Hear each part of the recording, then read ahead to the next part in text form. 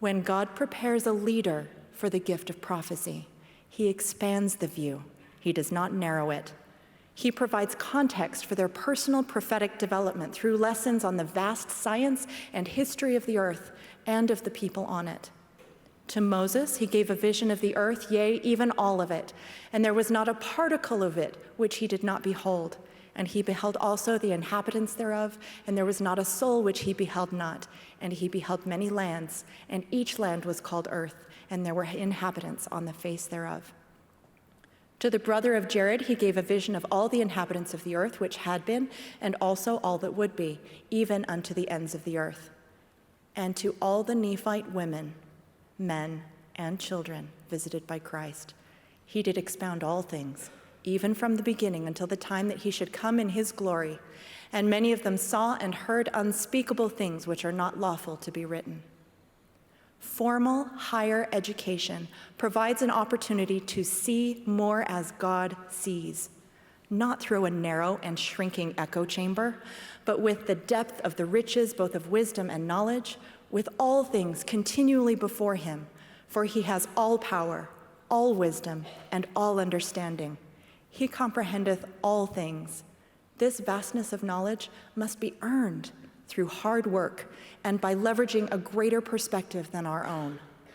Like Eve, we must have our eyes opened, not only to new information, but new ways of thinking about that information. Multiple prophets and apostles have made explicitly clear that for members of the church, education is not merely a good idea, it's a commandment. Speaking specifically to women, President Gordon B. Hinckley said, "You must get all of the education that you possibly can." And Elder Bruce C. Hafen said, "We make no distinction between young men and young women in our conviction about the importance of an education and in our commitment to providing that education. The Lord made clear that all things unto me are spiritual, and not at any time have I given unto you a law which was temporal." This means that the commandment to pursue education, no matter how temporally useful, is really about the development of our spirits and our spiritual gifts. We are commanded to receive education, and this is a spiritual, not merely a temporal commandment. In a world that values education primarily as a means to increase our value in the workplace, nonlinear educational paths may sometimes be considered non-traditional, but they are not non-essential.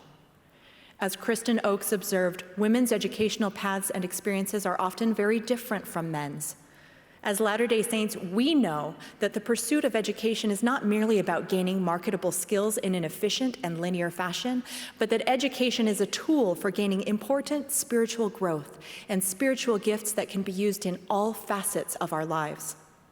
We are prepared to soldier on through the attacks of the adversary, who seeks to deter the pursuit of our divine potential at every turn. We are often less prepared for the stinging and inappropriate attacks and judgments of our brothers in the gospel, our fellow sisters, friends, spouses, and sometimes, as in the case of the woman in the elevator, even parents. I would be ungrateful if I stood here today and didn't acknowledge the unyielding support of my parents, siblings, and mentors as I have walked my own path, or the love and companionship of my husband, who has walked his path beside mine. We are able to accomplish more good together than we ever could apart. If God has directed, even commanded, a woman to pursue her education, who are any of us to turn her away or to add to her burden as she makes her way to the summit God has bid her to climb?